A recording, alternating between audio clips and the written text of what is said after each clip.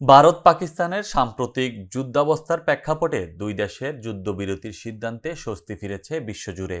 দুই দেশের মধ্যে চলমান উত্তেজনার মধ্যে শান্তির এই ঘোষণা ঘিরে নানা প্রতিক্রিয়া দেখা দিয়েছে। বাদ যাননি বলিউড তারকারাও। তবে যুদ্ধবিরতি নিয়ে এক টুইট করে পরে সেটি মুছে ফেলায় বিতর্কের মুখে পড়েছেন বলিউড সুপারস্টার সালমান খান। টুইটটি দ্রুত ভাইরাল হলেও একাংশ নেটিজেন তার নীরবতা নিয়ে প্রশ্ন তোলেন। তারা জানতে চান, পাকিস্তানের বিরুদ্ধে ভারতের সামরিক অভিযান অপারেশন সিঁদুর নিয়ে তিনি কেন কোনো প্রতিক্রিয়া জানাননি। একজন নেটিজেন মন্তব্য করেন, অপারেশন সিঁদুর চলাকালীন আপনার ঘুম ভাঙেনি। কেউ লিখেছেন, সুযোগ বুঝে আবেগ দেখাচ্ছেন। সমালোচনার তীব্রতা বাড়তে থাকলে কিছু সময় পর সালমান খান তার পোস্টটি মুছে ফেলেন।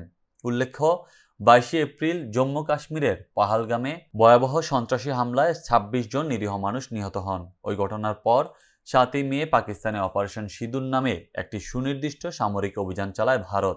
এই নিয়ে দেশ জুড়ে আলোচনা হলেও সালমান খান তখন ছিলেন নীরব। তবে হামলার কিছুদিন পর সালমান খান এক পোস্টে লিখেছেন, কাশ্মীর পৃথিবীর বুকে স্বর্গ, আজ যেন নরকে পরিণত হয়েছে। নিরীহ মানুষের মৃত্যু আমার হৃদয় ভেঙে দিয়েছে। একজন নিরীহ মানুষের মৃত্যু মানে গোটা পৃথিবীর মৃত্যুর সমান। কিছু নেটিজেন দাবি করেছেন, পাকিস্তান যুদ্ধবিরতি লঙ্ঘন করার পরেই হয়তো সালমান খান তার টুইটটি মুছে ফেলেছেন।